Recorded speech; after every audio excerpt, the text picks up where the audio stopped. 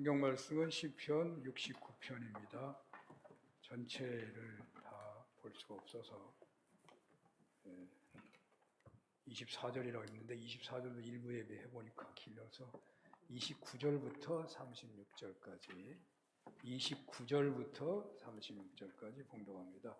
오직 나는 가난하고 슬프오니 하나님이여 주의 구원으로 나를 높이소서. 내가 노래로 하나님의 이름을 찬송하며 감사함으로 하나님을 위대하시다 하리니 이것이 곧 뿔과 굽이 있는 황소를 드림보다 여호와를 더욱 기쁘시게 함이 될 것이라. 공고한 자가 이를 보고 기뻐하나니 하나님을 찾는 너희들아 너희 마음을 소생하게 할지어다. 여호와는 궁핍한 자의 소리를 들으시며 자기로 말미암아 갇힌 자를 멸시하지 아니하시나니 천지가 그를 찬송할 것이요 바다와 그 중에 모든 생물도 그리할지로다. 하나님이 시온을 구원하시고 유다 성읍들을 건설하시리니 무리가 거기에 살며 소유를 삼으리로다. 그의 종들의 후손이 또한 이를 상속하고 그의 이름을 사랑하는 자가 그 중에 살리로다. 아멘.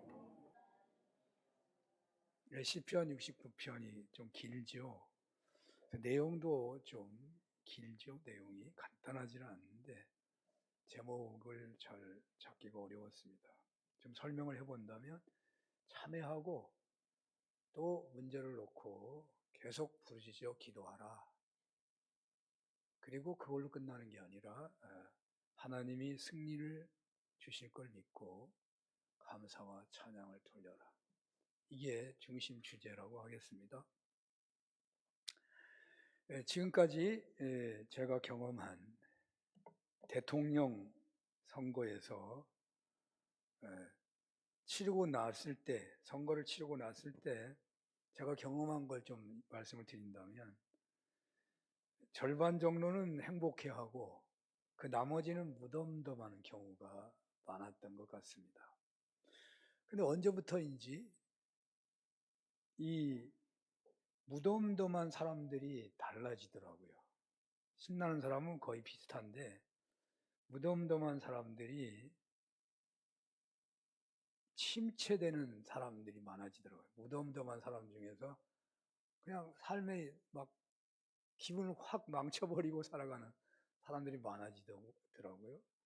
그러다가 요즘 봤더니 요즘에는 아예 무덤덤한 사람은 하나도 없는 것 같고 어쩌면 침체하는 사람이 많고 그 침체했던 사람들이 선거 자체를 부정하고 분노로 바뀌는 그런 현상이 나타나기 시작하는 것 같아요.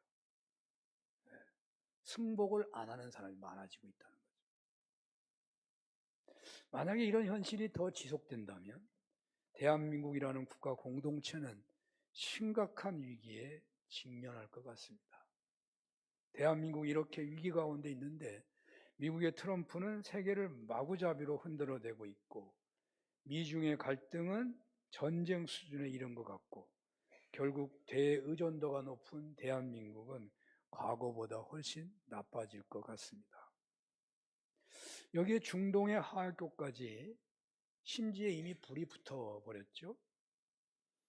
또 선거 승리자들은 축배를 들면서 과거에 대한 것에 보복을 하지 않는다고 말하지만 결국은 보복이 되는 시도를 할 것이고 패배자들은 선거 결과에 겉으로는 승복한다고 하지만 실제는 불복하면서 오직 승리자들의 실수와 잘못을 집요하게 파고드는 것 같습니다. 이게 전체 흐름인데요. 가정마다 부부간에 그냥 말도 안 하고 지내는 사람들이 있다고 제가 들었습니다. 이런 일로 인해서 말이죠.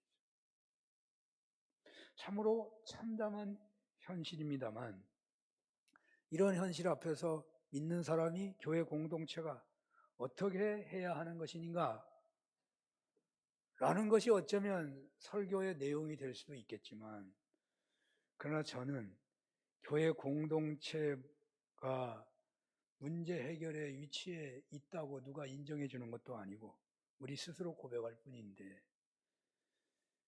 그래서 우리가 뭐 해보려고 한다고 하지만 사실은 교회 공동체 자체가 더 큰 위기에 놓여 있으니 대한민국 어떻게 말할 자격도 없고 우리 자체가 더 위기에 놓여 있는 거 아닌가 해지는 것입니다.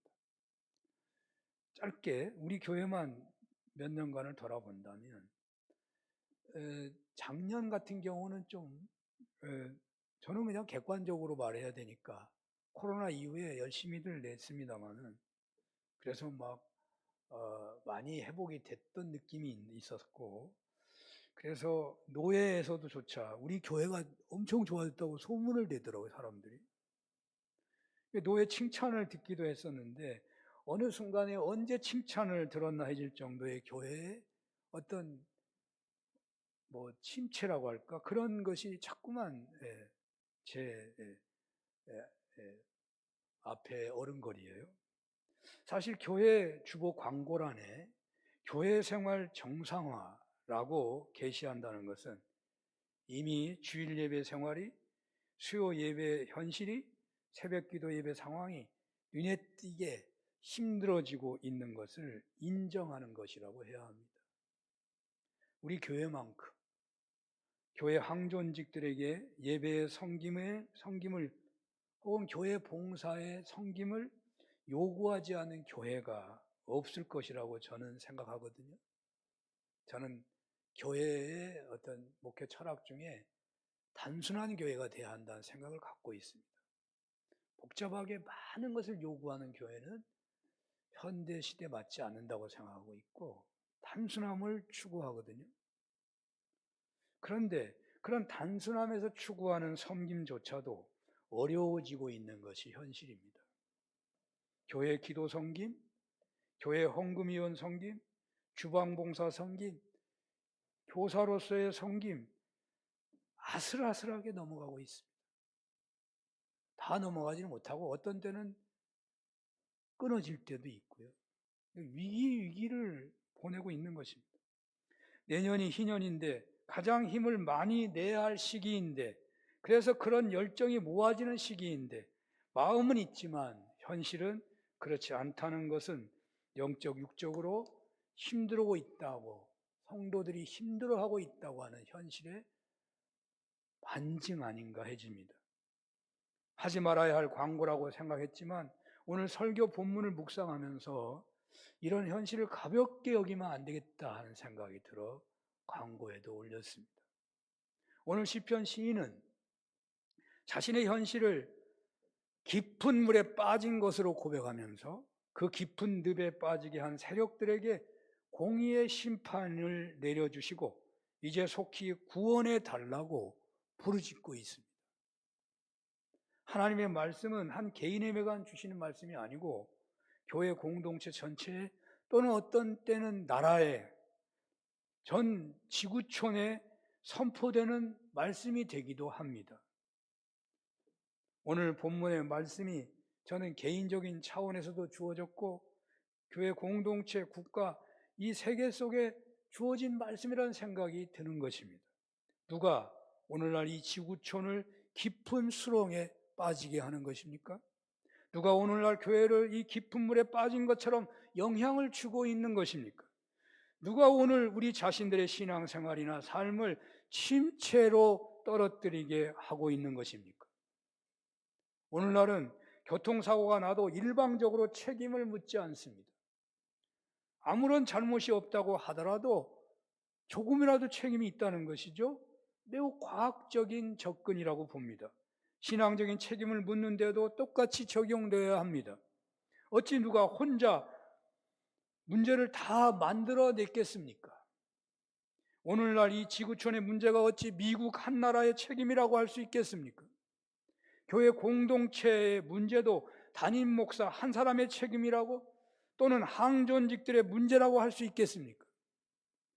그러므로 우리 신앙인은 깊은 물속에 던져진 것 같은 현실에 놓여 있다고 해도 누가 우리를 이 지경에 있게 했냐고 묻기 전에 먼저 자신에게 그 책임을 물어야 하는 것입니다.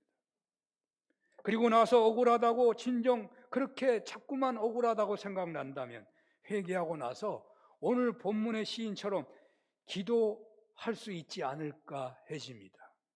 다윗은 자신의 죄 때문에 아들이 반역한 끔찍한 현실을 이미 경험한 바가 있습니다. 이제 노년에 자연스럽게 솔로몬에게 왕위를 양위하기를 바랬는데 그만 군대 장관인 요압과 제사장 아비아달의 힘을 얻은 아도니아가 반역을 꾀하고, 그래서 늙고 쇠약한 다윗 왕은 그 분노함과 허탈함과 자신과 평생 함께한 신복들에 대한 배신감으로 물이 자신의 영혼까지 흘러들어온 것 같은 위기에 놓이게 된 것입니다. 하지만 다윗은 신복들의 배반, 아들 아도니아의 반역에 분노하기 전에 먼저 자신이 참여할 것을 찾고 있는 것입니다. 다윗의 지금 반역은 압살롬의 반역과 다릅니다. 압살롬의 반역은 밧세바를 범한 그 끔찍한 죄의 결과인 것을 다윗은 익히 알고 있거든요. 그래서 회개할 것이 침상을 눈물로 띄우면서 회개했다고 말하잖아요. 그런데 여기 반역은 그게 아니에요. 인간의 권력욕이 만들어낸, 욕망이 만들어낸 뭐 그런 거 아니에요? 그 상황에서 다윗은 그 반역을 일으킨 그 자들을 향한 분노를 쏟아내는 게 아니라 먼저 자신의 죄를 찾고 있었다는 거예요. 우리 정치판도 오늘 시편 시인의 자세를 갖는다면 얼마나 좋을까 하는 간절함이 있습니다. 상대 세력의 결정적인 잘못이 만들어낸 그동안의 혼란과 치르지 않아도 되는 선거까지 치루었다고 하더라도 어찌 일방적인 상대방의 잘못이 있는 경우가 있을 수 있는 것이겠습니까? 그렇다면 이제 칼자루를 쥐었으니 그 힘을 사용하기 전에 먼저 자신들의 참여할 것을 찾아야 하는 것이 성경적입니다. 잘못을 회개하고 나서 공정한 심판을 하는 길에 섰으면 하겠다는 것입니다. 물론 정치와 신앙은 결코 같은 길이 아니어서 단정적으로 말할 수는 없다고 할지 모르지만 이 나라에 발을 딛고 있는 목회자로서 이런 간절함을 선포하지 않을 수가 없는 것입니다. 우리 자신을, 우리 교회를, 우리나라를 수렁 같은 깊은 물에 빠지게 한 세력들을 향한 책임을 상대에게 돌리기 전에 먼저 자신에게 돌려서 자신의 죄를 보는 태도를 가졌으면 하겠다는 것입니다.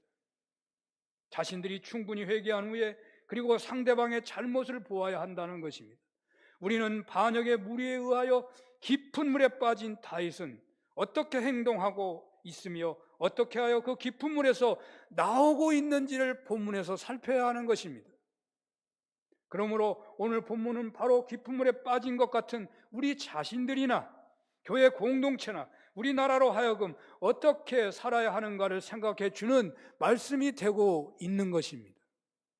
다윗은 반역으로 공경에 처한 현실에서 그 지독한 분노와 절망과 배신감 속에서 하나님을 대항하는 세력들을 기억하면서 하나님 앞에 서 있는 것입니다. 우리 1절에서 이 5절을 한번 볼까요? 하나님이여 나를 구원하소서. 물들이 내 영혼에까지 흘러 들어왔나이다. 나는 설 곳이 없는 깊은 수렁에 빠지며 깊은 물에 들어가니 큰 물이 내게 넘치나이다. 내가 부르짖음으로 피곤하여 나의 목이 마르며 나의 하나님을 바라며 나의 눈이 쇠하였나이다. 까닭없이 나를 미워하는 자가 나의 머리털보다 많고 부당하게 나의 원수가 되어 나를 끊으려 하는 자가 강하였으니 내가 빼앗지 아니한 것도 물어주게 되었나이다. 하나님이여 주는 나의 우매함을 아시오니 나의 죄가 주 앞에서 숨김이 없나이다. 다윗은 반역의 무리들로 인해서 죽음의 위험이 물이 목에 찰 정도로 되었다고 말하고 있습니다. 까닭없이 나를 미워하는 자가 나의 머리털보다 많고 부당하게 나의 원수가 되어 나를 끌어내는 자가 강하다고 소리칩니다. 과거의 반역이 아니에요. 지금의 반역은 까닭없이 나를 미워하는 자라고 말하고 있잖아요. 까닭없이 미워하는. 이런 상황에서 너무 부르짖어서 피곤하여 목이 마르며 눈이 쇠하게 되었다고 합니다. 이러한 반역으로 인하여 죽게 되었다면 반역자들을 원수로 고발하고 되었다며 반역자들을 원수로 고발하고 있지만 5절에서요 다윗은 하나님이여 주는 나의 우매함을 아시오니 나의 죄가 주 앞에서 숨김이 없나이다 라고 반역자들을 고발하면 할수록 자신의 죄를 돌아보면서 기도하고 있는 것입니다.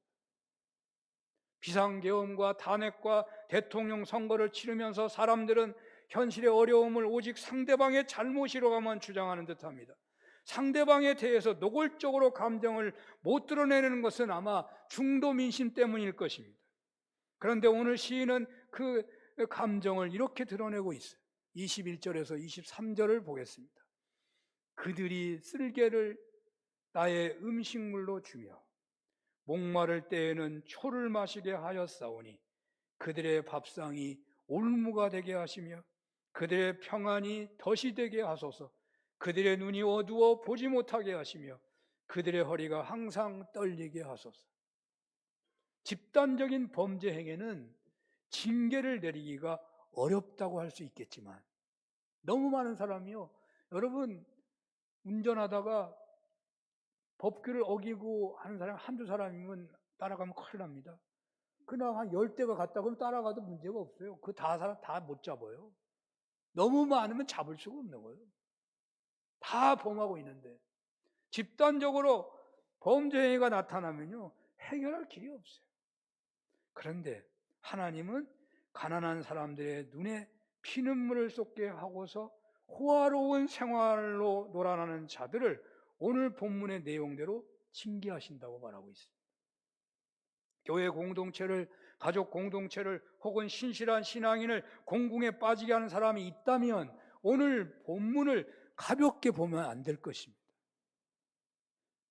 동시에 교회 공동체를 살리고 가족 공동체를 살리고 연약한 신앙인들을 격려하여 충성된 신앙인으로 세우는 것이 얼마나 귀하고 영광스러운 헌신인가를 반증하고 있는 말씀이기도 합니다. 주님께서는 소자 한 사람을 실족하게 하면 연자 맷돌을 메고 물에 던지는 것이 낫다고 할 정도의 말씀을 하셨습니다. 한 사람의 실족이 이렇게 어마어마한 죄악이 되기 때문에 한 생명을 살리는 것은 천하를 얻을 만큼의 사역이, 위대한 사역이 된다고 하시는 것입니다. 우리는 대한민국 공동체를 위하여, 주님을 머리로 한 교회 공동체를 위해서, 가족 공동체를 위하여 우리는 어떻게 살아야 하겠습니까? 저는 매우 두려운 마음을 가지고 있습니다. 교회 공동체 목회의 책임을 지고 있기 때문입니다. 교회가 침체되고 있다면 그 책임은 전적으로 목회자에게 있기 때문입니다. 본인이 되지 못하기 때문에, 지도력이 부족하기 때문에 등등의 이유를 들 수 있을 것입니다. 그래서 서툰 사람들이 법조문을 들이대는 것처럼 오늘 본문을 마치 율법 조문처럼 말하게 되는 것이긴 하지만 오늘 본문은 우리 상황에 적용한다면, 하나님의 일을 방해한 일이 있다면 그것은 매우 심각한 일이 일어날 수 있다고 말하고 있는 것입니다. 결코 하나님은 무능한 분이 아니십니다. 공의의 심판을 못하시는 분이 아니십니다. 예수 그리스도의 십자가의 은혜로 연기하고 계실 뿐입니다. 이렇게 하나님께서 징계를 연기하는 것도 맞지만 오늘 본문처럼 하나님의 일에 반역하는 무리들에게 하나님은 지엄하신 심판을 하신다는 말씀도 맞는 것입니다. 교회는 그리스도를 머리로 한 공동체입니다. 어떤 사람들은 교회를 그저 사람들의 무슨 친교 모임 정도로 생각할지 모르지만 분명 교회는 예수 그리스도를 머리로 한 그리스도의 몸인 것입니다. 교회 공동체를 힘들게 한다면 그것은 매우 심각한 일이 벌어질 수 있는 것입니다. 교회는 성경에 의하면 예배, 전도, 선교, 봉사, 친교, 교육이라는 기능을 하는 곳입니다. 그 기능을 감당하기 위한 조직을 갖추게 되어 있습니다. 초대교회에 재직의 제도가 있었습니다. 그 재직들이 예배와 전도, 선교, 봉사, 친교, 교육이라는 것을 담당했습니다. 물론 목회자의 지도하에 된 것이죠. 우리 교회 조직은 바로 이러한 것을 위한 조직들입니다. 그러므로 교회 조직 안에 지체가 된 우리들은 모든 직분이 다 세상의 어느 것보다 귀한 것이 되어야 하는 것입니다. 직분을 얻으려 함은 선한 일을 사모하는 것이라고 했습니다. 그런데 오늘날 그 직분은 세상에서 가장 고통스러운, 혹은 명예롭지 못한, 혹은 수치스러운 그런 것쯤으로 생각하는 경향이 있는가 해서 제가 두렵다는 겁니다. 물론 그런 분은 한 분도 없겠습니다만 결과적으로 그런 행동이 될 수 있음을 생각하여 언제나 주님의 인을 사모하면서 살아야 하는 것입니다. 나는 한 번도 하나님의 일을 중요하게 생각하지 않은 적이 한 번도 없습니다. 그거 맞겠죠. 그렇게 여러분 믿는 사람이 하나님의 일을 가볍게 생각하는 사람이 있겠어요? 그런데 결과적으로는 하나님의 일에 등한하는 행동이 많이 나타난다고 말이에요. 왜? 주님의 일을 사모하지 않기 때문에 그렇습니다. 목자, 부목자, 권사, 집사, 교사로, 찬양대로, 기관장으로, 임원으로 섬기는 것이 명예로운 일이 되었습니까? 아니면 부끄러운 일이거나 귀찮은 일이 되었습니까? 진정 교회 공동체의 발전과 성령 충만과 주님 오실 때까지 주어진 사명을 감당하고자 하는 은혜가 진정 새롭게 충만해졌으면 좋겠습니다. 그렇게 되지 못한 책임이 목회자에 있으니 얼마나 제가 두려운 마음이 있겠습니까? 만약에 교회 공동체, 가정 공동체에 하나님의 뜻에 반하는 일들이 벌어질 때 우리 신앙인들은요, 그런 일이 보인다고 한다면 긴장해야 하는 것입니다. 당장 무릎을 꿇어야 하는 것입니다. 어느 누구도 장담할 수 없습니다. 놀랍게도 오늘 성경은 다윗에게 반역을 꾀한 아도니아와 그의 일당을 향하여 매우 무서운 징계를 퍼붓고 있습니다. 저주까지 쏟아놓고 있습니다. 요압이 얼마나 다윗에게 충성한 일꾼입니까? 아비아달 역시 다윗에게 얼마나 소중한 제사장입니까? 목숨을 맞바꿀 만한 인물들입니다. 그러나 그들을 향한 다윗의 기도가 그럴 수 있을까 해질 정도로 매우 놀라운 내용으로 나와 있거든요. 24절 25절을 볼까요? 주의 분노를 그들의 위에 부으시며 주의 맹렬한 노가 그들에게 미치게 하소서. 그들의 거처가 황폐하게 하시며 그들의 장막에 사는 자가 없게 하소서. 이러한 기도를 하면서 다윗은 얼마나 두려웠던지 앞에서 말했지만 하나님이여 나의 우매함을 아시오니 나의 죄가 주 앞에 숨김이 없나이다 라고 자신의 죄악을 살피면서 이 기도를 하고 있는 것입니다. 이렇게 본문에 비친 다윗은 반역의 무리들에 의하여 깊은 물에 빠진 중에 그 위기가 어떻게 해서 발생했는지를 회개하면서 살피고 있었고, 회개하면서 하나님의 일을 방해하는 무리들에게 하나님의 심판을 구하고 있는 것입니다. 우리는 어떻게 할 수 있겠습니까? 깊은 물에 빠진 곳에, 깊은 물과 같은 곳에 빠진 우리 자신들이나 교회 공동체 일원으로서, 그리고 우리나라 백성으로서 우리는 어떻게 살아야 하겠습니까? 이 위기가 어떻게 하여 발생했는지를 회개하면서 살펴야 한다는 겁니다. 회개하면서, 상대방을 욕하면서 살피는 게 아니라 회개하면서 살펴야 하는 거예요. 특별히 우리 자신들이 하나님의 일을 방해한 것이 있는지를 살펴 회개하면서 하나님의 일을 방해하는 것이 얼마나 두려운 것인가를 회개하면서 문제를 일으키는 대상이 있다고 여겨진다면 다윗처럼 심판을 저주를 하면서 우리는 기도할 수 없잖아요. 다윗 시대와 같은 율법의 시대도 아니잖아요. 우리 은혜의 시대를 살고 있으니까 우리는 다윗처럼 기도할 것이 아니고 그들로 하여금 깨닫게 해달라고 기도하라는 거예요. 깨닫게 해달라고. 목회자부터 하나님의 일에 대한 진정한 사모함이 부족했던 것을 회개하면서, 혹 하나님의 일을 방해하는 것이 있는지를 살피면서, 혹 자신도 모르게 하나님의 일을 힘들게 하는 경우가 있었다면 바로 그 문제가 심각한 일인지 얼마나 무서운 일인지를 깨닫게 해달라고 간절히 기도해야 한다는 말이에요.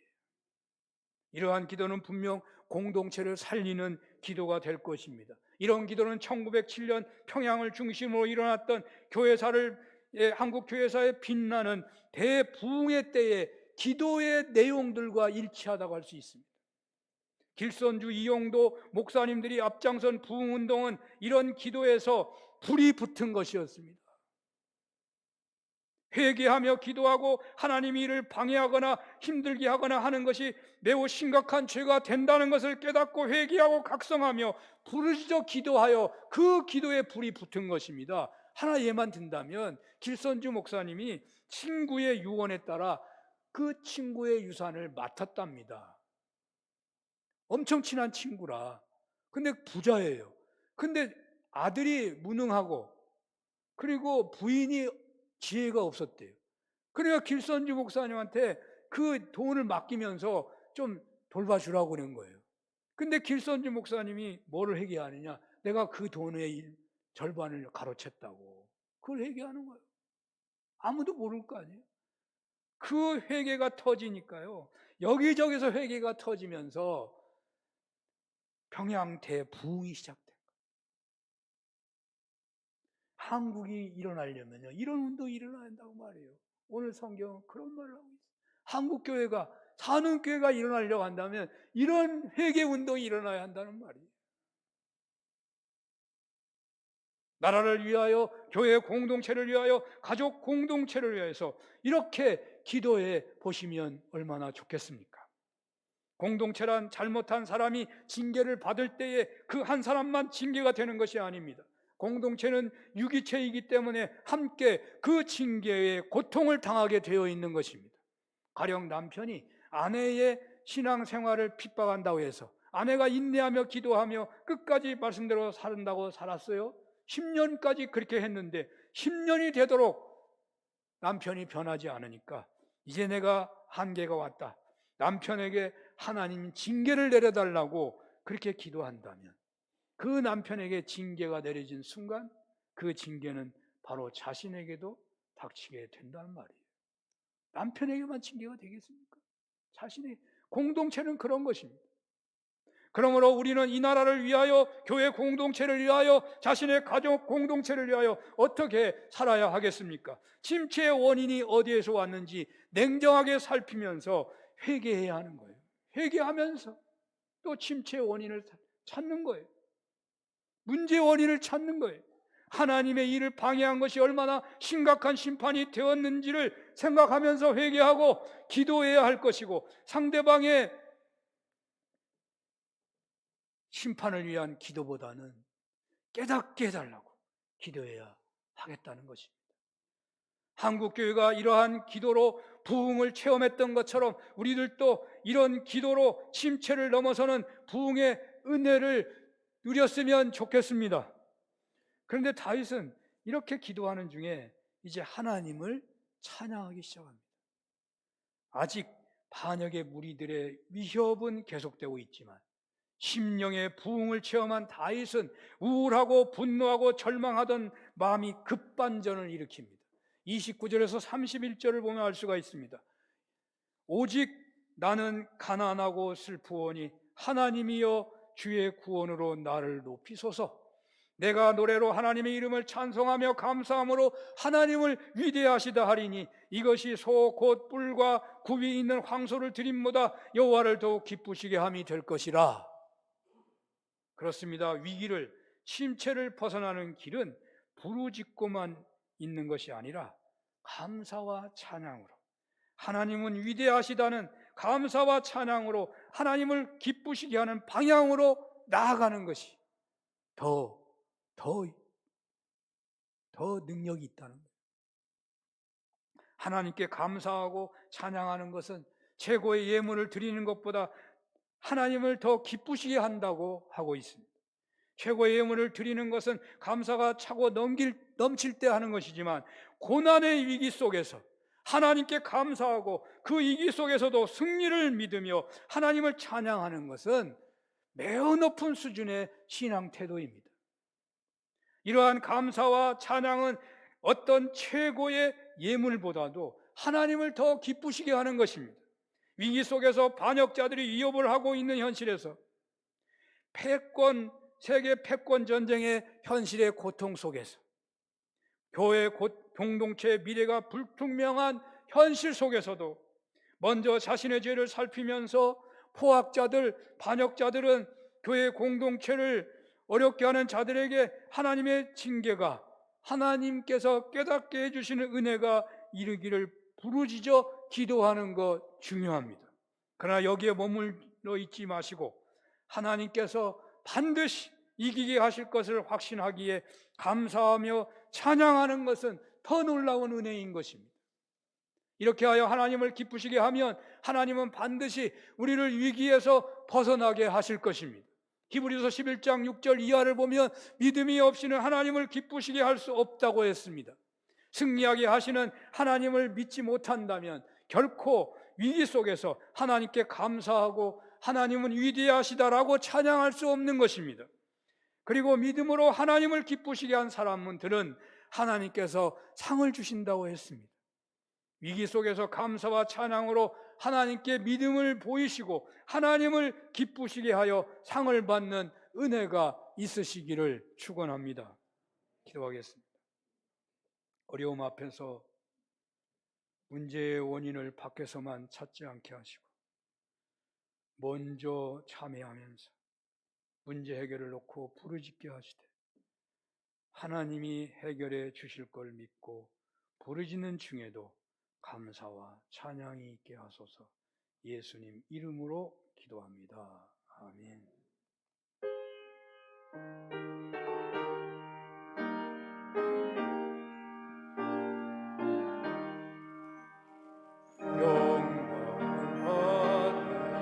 만유의 주여 우리가 명령을 따르리다. 베푸신 은혜를 감사히 알고 진실한 마음으로 섬기겠네. 구주의 은혜 주시는 대로 영원히 받들어 섬기겠네. 찬송하겠네. 찬송하겠네. 생명을 주시는 구주로다. 구주를 높이고 날 공경하여 온유한 마음으로 섬기리다. 주 예수 안에서 즐거워하며 정성을 다하여 섬기겠네. 구주의 은혜 주시는 대로 영원히 받들어 섬기겠네. 찬송하겠네. 찬송하겠네. 생명을 주시는 구주로다. 예.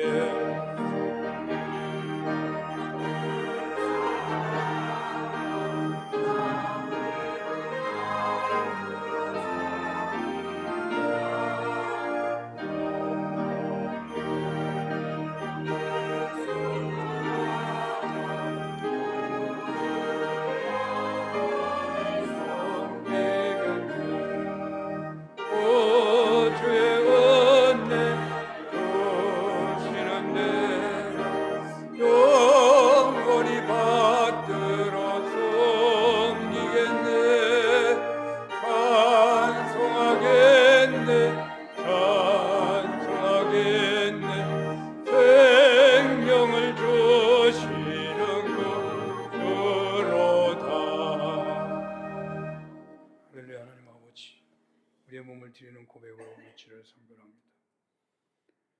요래 하나를 하나님 성별하여 드리오니 나머지와 합을 주의 권능의 손으로 친히 경영하사 거룩한 부자로 주 앞에 쓰임받게 하여 주시옵소서.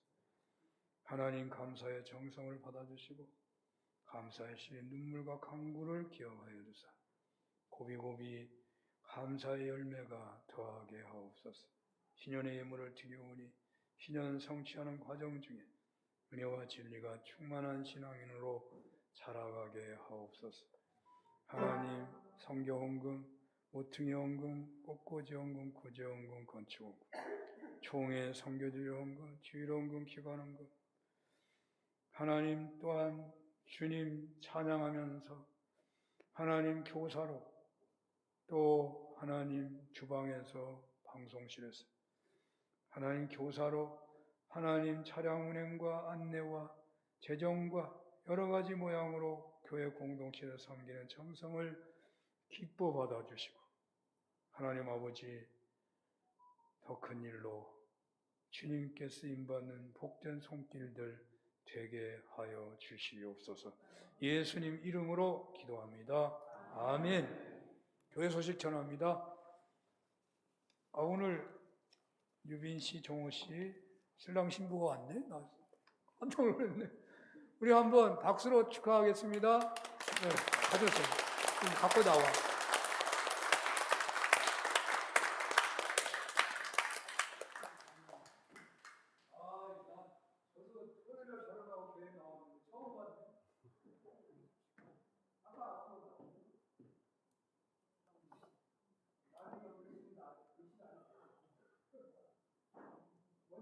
성경을 구애를 안 해가지고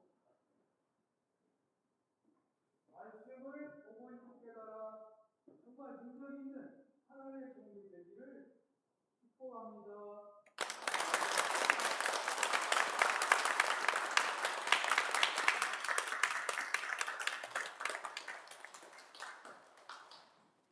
오늘 감동이네. 감사합니다. 오늘 점심은 장로님 댁에서 내니까 전부 드시랍니다. 교회 생활 정상화 광고 내서 대단히 죄송한데 제 속으로 다 책임져야 할 일인데 나 혼자 책임 못합니다. 낸 것 같아서 제가 미안하고 죄송하고 그렇습니다. 우리가 코로나 끝나면서 이런 말을 많이 했다가 신년을 앞두고 있는데 우리 장로님 기도하신 것처럼 모임들이 많이 있습니다. 근데 모임이 있어도 여기 이제 목장연합예배 광고 나와 있죠. 그 목장연합예배가 광고가 나가면 정상적이라면 목자나 부목자가 목장연합예배가 있다고 알려줘야 합니다. 그리고 그 모임에 앉아 있어야 합니다. 못 오면 나 이렇게 해서 문자라도 오기 어렵습니다. 이것이 정상이에요. 아무 생각이 없어. 그러면 그건 비정상이에요. 정상을 찾아가야 돼요. 정상을 찾아가야 돼요. 기관활동 모임이 26일 날 광고되어 29일 날. 그럼 기관장들이 기관에게 연락이 가야 합니다. 연락이 혹 안 가면 이게 뭐 의뢰 오는 분들이니까 안 갈 수도 있겠죠. 그러니까 꼭 오기 어려운 분들 연락이 가야죠. 우리가 만약에 큰 도움을 받을 것이 있다면 연락이 안 가면 어떻게 해요? 내용 증명을 보냅니다. 연락이 반드시 가야 하니까. 근데 하나님의 일에 우리가 그렇게 하느냐? 우리가 그런 사모함이 있어야 합니다. 연락이 안 가면 정상이 아니잖아요. 나도 믿음이 없는데 뭐 나도 안 갈 건데 나를 왜 세워서 난 안 할 건데 세웠다고. 네, 그런 면도 있겠죠. 그러나 교회 공동체 당에는 우리 교회 상황에서 그나마 훨씬 낫다고 보아서 세우는 것이에요. 그래서 어쩔 수 없는 현실도 있을지 모르지만 우리 교회 안에서는 그 책임을 져야 할 분이라고 보고 있는 것입니다. 그러니까 사모하고 기도하면서 어떻게 하면 조금이라도 더 할 수 있을까? 이런 자세가 필요하다는 말이죠.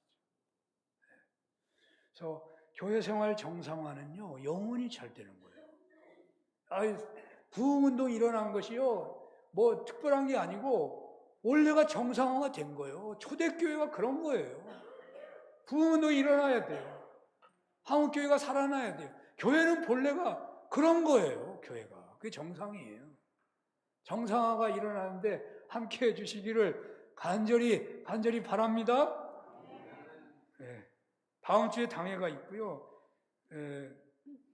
찹쌀보리 구매. 이게 군산 성광교회 사역에 우리가 함께 하는 거예요. 여기에는 어떤 수익도, 어떤 기관의 수입도 없는 겁니다. 아무것도 없는 거예요. 힘만 드린 거예요.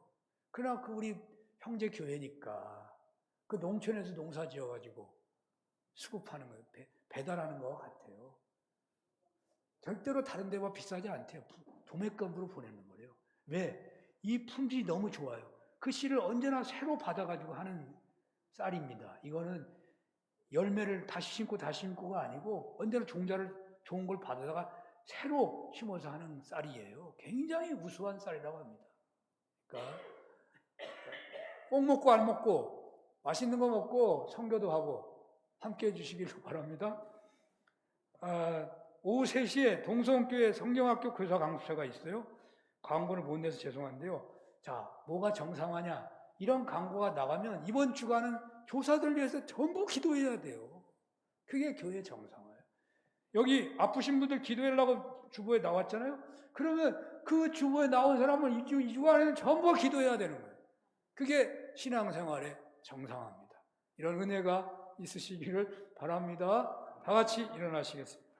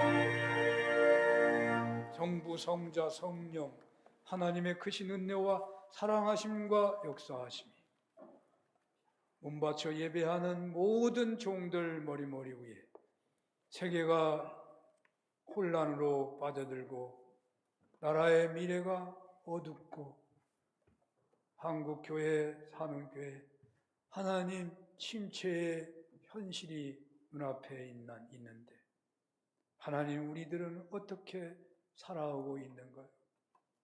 하나님 아버지 말씀해 주셔서 한국교회를 다시금 살리시고자 말씀을 주셨어.